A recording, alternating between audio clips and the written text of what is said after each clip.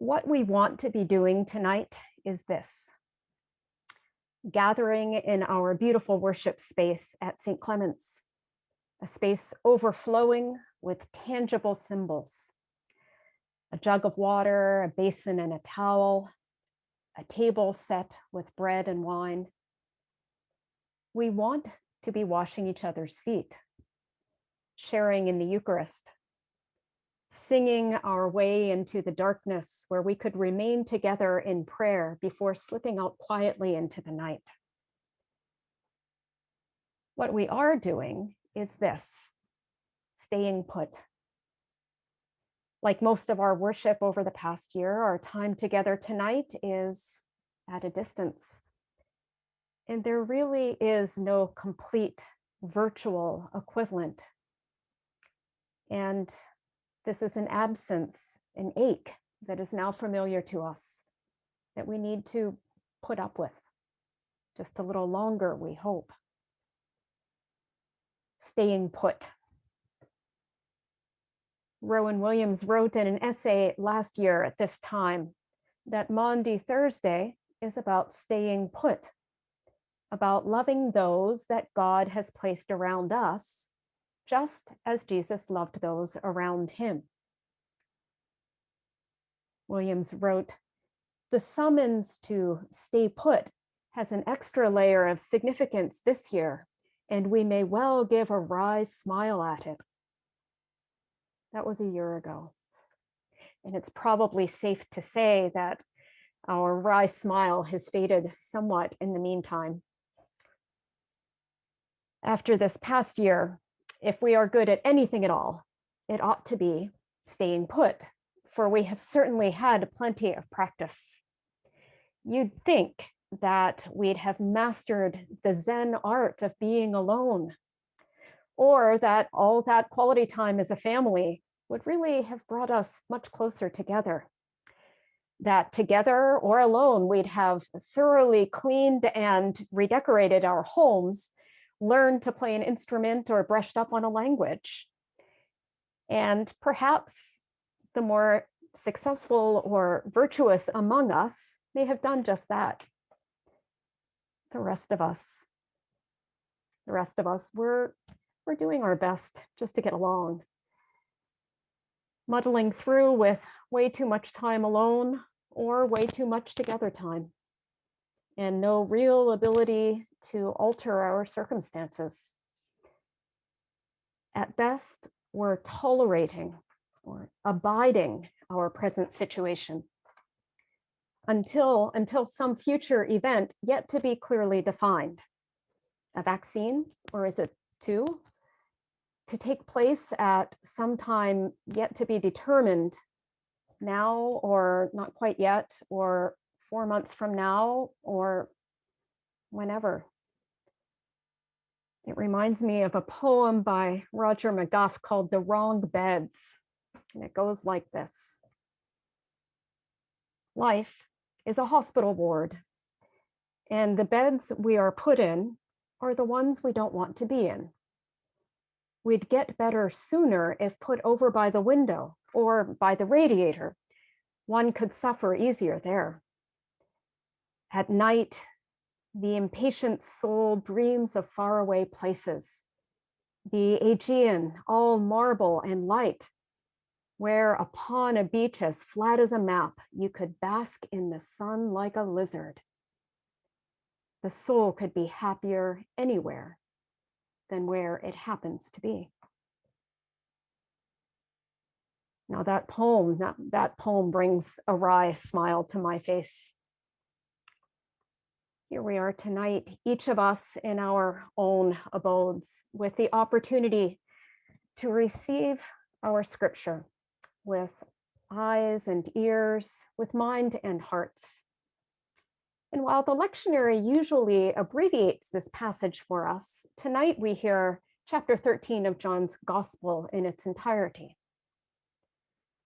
And it's fitting that our scripture comes from John's Gospel, because it is all about abiding, but not abiding in the sense of tolerating or enduring or putting up with, When we hear the word abide in John's gospel, it holds a distinctive meaning: to remain, await, stay, dwell. The Greek word meno is a key word in the lexicon of this author.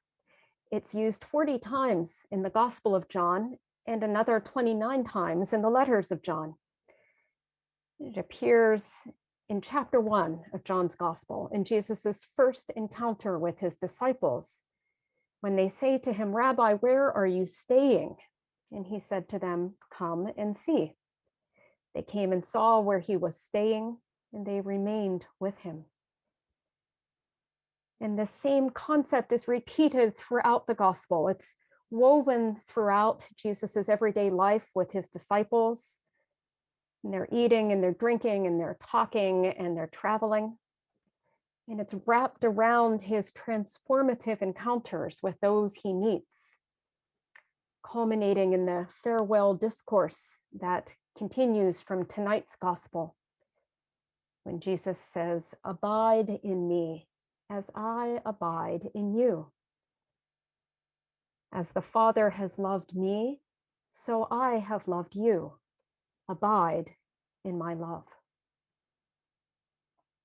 In sum, all of this abiding means that when we share life together with others in small, everyday acts of love and mutual concern, God creates home in us and with us. And that's how we get to know God. This is the message at the heart of John's gospel. Now, is abiding the same as staying put? Yes and no. If we've learned anything this past year, it's that we can certainly stay put with people without truly abiding with them. And conversely, there are ways of abiding with people, of remaining in faithful relationship, even if we aren't staying put with them under the same roof. It's a subtle distinction, but an important one. And the difference seems to lie more in how we are with someone, more than where we are with them or what we're doing with them. It's about intentionality. This meditative reading of tonight's gospel presented 7 actions that marked Jesus's last night with his friends. Ordinary, everyday actions. Things like washing, cleansing, serving, loving, leaving. Unremarkable things. We do these things all the time, even in lockdown. Think about it. How many dishes or clothes have you washed over the past year? How many times have you cleansed your hands? How many meals have you served to yourself or to someone else? How many times have you left the house for that walk around the neighborhood? How many times have you said, "I love you" to someone, either someone you live with or someone you miss? If you think about it, you can do all of these things in a way that is just this side of tolerant. Or you can do all of these things in a way that is infused with attentiveness and care. Then there are those 2 other actions that are a little bit harder to think about: denying and betraying. And lest we think that these are just things that other people do, I can imagine that at least once or twice, we may have found ourselves denying or betraying. Now, denying, that's easy enough to imagine. Speaking too quickly, an oversight, a failure to pay attention to someone, or to fully accept our responsibility in a given situation. And betraying, well, that we may not go around doing things like Judas's fateful and fatal betrayal of Jesus. We surely can and do commit and encounter betrayal in smaller, more ordinary ways. Writes Rowan Williams. The truth is, we betray love ultimately not by feelings of impatience or even hostility, but by the desire to be somewhere else with people and circumstances other than the ones actually in front of our noses. We see all of these actions played out in tonight's gospel. The blustery resistance of an uncomprehending Peter, the shadowy silhouette of Judas as he slips away, and the strong, humble, vulnerable figure of Jesus as he shows us how to infuse the most ordinary of actions with great intention and love. Getting up from the table, wrapping a towel around his waist, kneeling down on the floor, pouring water into a basin, and washing the feet of his friends. All of his friends, even those who would deny and betray him.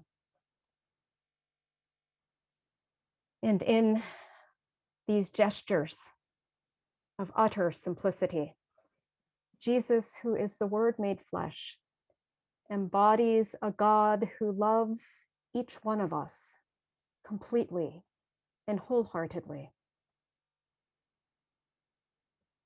When he finishes, Jesus says to his friends, I have set you an example that you should do as I have done to you. If you know these things, you're blessed if you do them. You are blessed.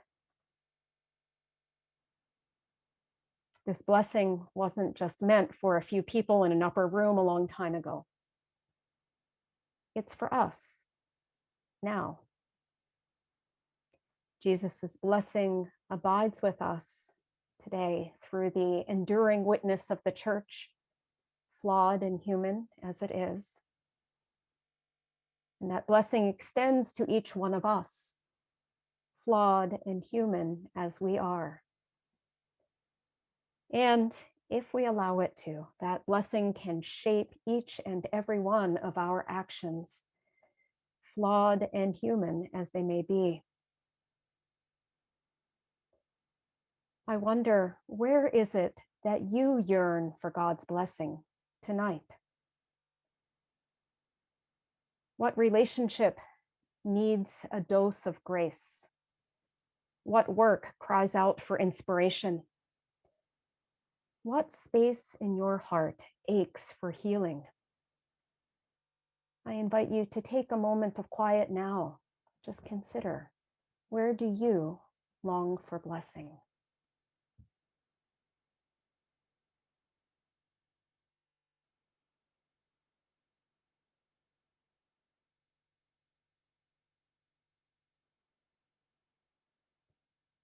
And now I invite you to receive these words written by Jan Richardson and to hear them as Jesus's blessing for each one of us tonight.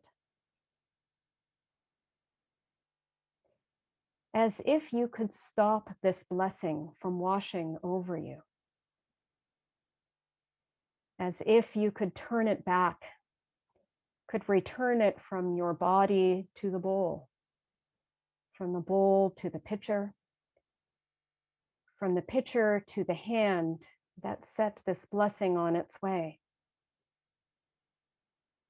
As if you could change the course by which this blessing flows. As if you could control how it pours over you, unbidden, unsought, unasked, yet startling in the way it matches the need you did not know you had. As if you could become undrenched. As if you could resist gathering it up in your two hands and letting your body follow the ark this blessing makes.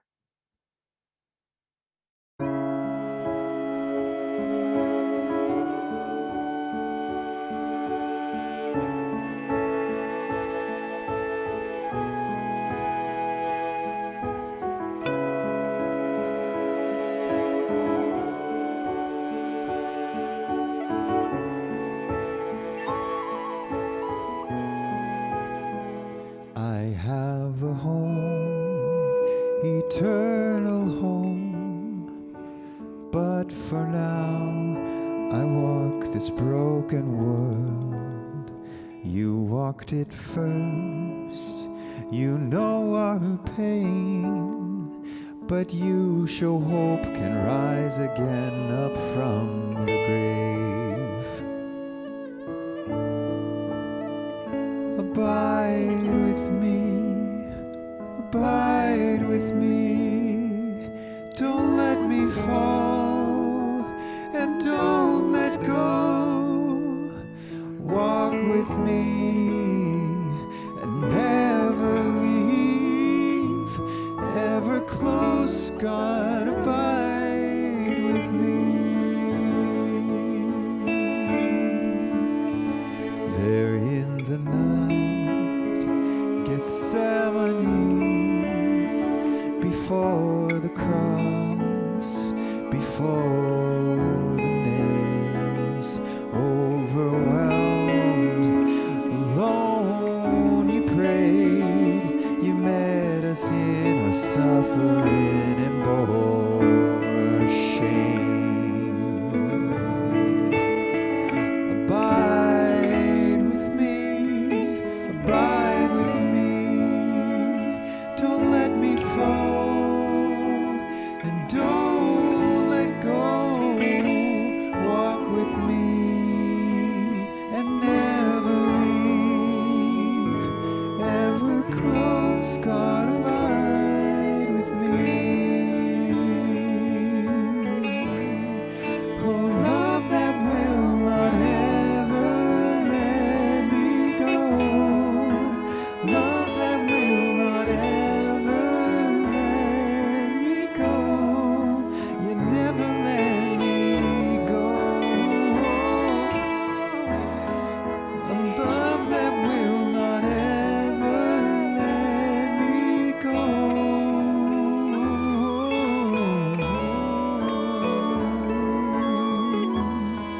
Will you never let us go? Never.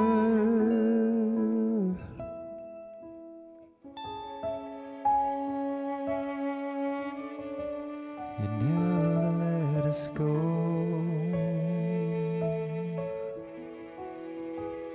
And up ahead, eternity, we'll weep no more, we'll sing for joy, abide with me.